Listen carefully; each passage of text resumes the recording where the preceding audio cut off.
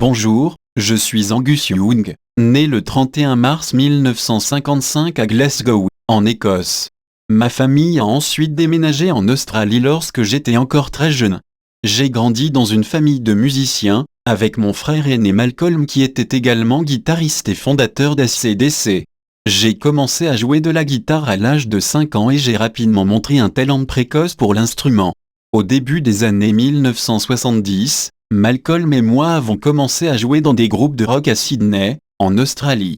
C'est là que nous avons commencé à écrire et à enregistrer notre propre musique, en incorporant des éléments de blues, de hard rock et de heavy metal dans notre son unique.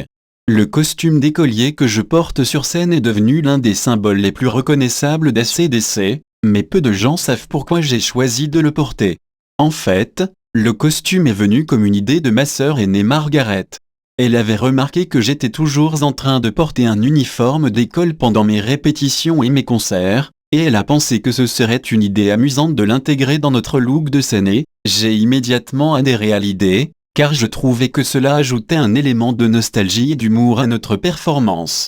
Le costume était également confortable et facile à porter, ce qui était un avantage supplémentaire. Au fil du temps, le costume est devenu un élément emblématique de notre image de marque, et il est devenu une partie intégrante de notre look de scène. Mais pour moi, c'était simplement une idée amusante qui est devenue une partie de notre histoire musicale. Le choix du nom de groupe AC/DC a une histoire intéressante.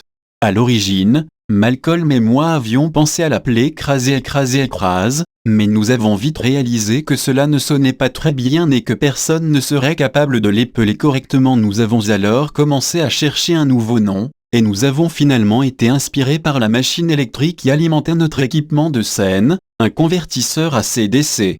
Le nom AC/DC a tout de suite attiré notre attention car il représentait parfaitement notre son brut et électrique. C'était un nom simple, facile à retenir et qui reflétait notre attitude rebelle et notre énergie sur scène. Nous avons décidé de garder ce nom pour notre groupe, et il est rapidement devenu un symbole de notre son unique et de notre attitude rock'n'roll.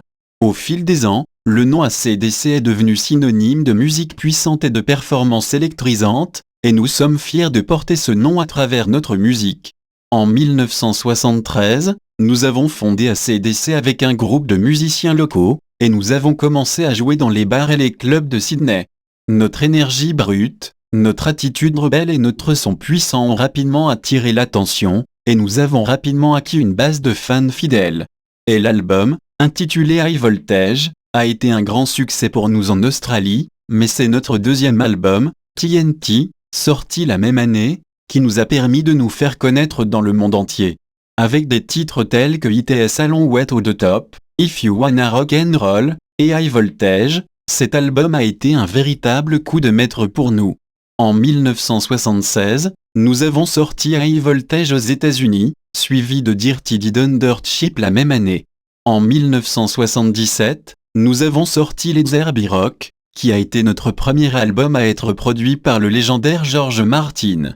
En 1979, nous avons sorti notre album le plus célèbre, I Bet OL. Cet album a été un énorme succès commercial, avec des tubes comme I Get Well et Girls Go Rileum. Malheureusement, c'était également le dernier album que nous avons enregistré avec notre chanteur emblématique, Bon Scott, qui est décédé peu de temps après.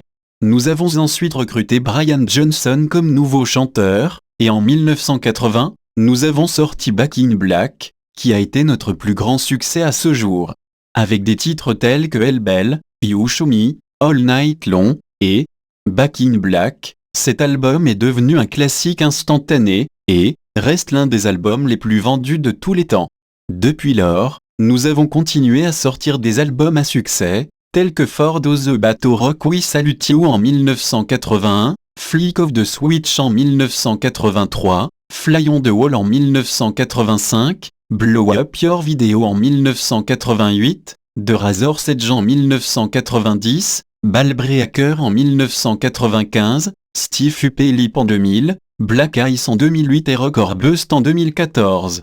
Chacun de ces albums contient des titres emblématiques qui ont contribué à définir le son et le style des AC/DC, tels que Thunderstruck, Money Talk, Big Gun, Hard as Rock, Stiff, Upperly, et Rock'n'Roll Train. Je n'oublie évidemment pas les autres membres du groupe, Phil Rudd à la batterie et Cliff Williams à la basse et nos membres passés Chris Slett pour la batterie, Mark Evans à la basse et Dave Evans au chant. C'est désormais Stevie Young, mon neveu, qui a pris le rôle de guitare rythmique depuis le décès de mon frère Malcolm survenu le 18 novembre 2017. Même si AC/DC a connu de nombreux hauts et bas au fil des ans, nous sommes toujours là, prêts à donner le meilleur de nous-mêmes sur scène et en studio. Nous espérons continuer à faire de la musique pour nos fans pendant de nombreuses années encore.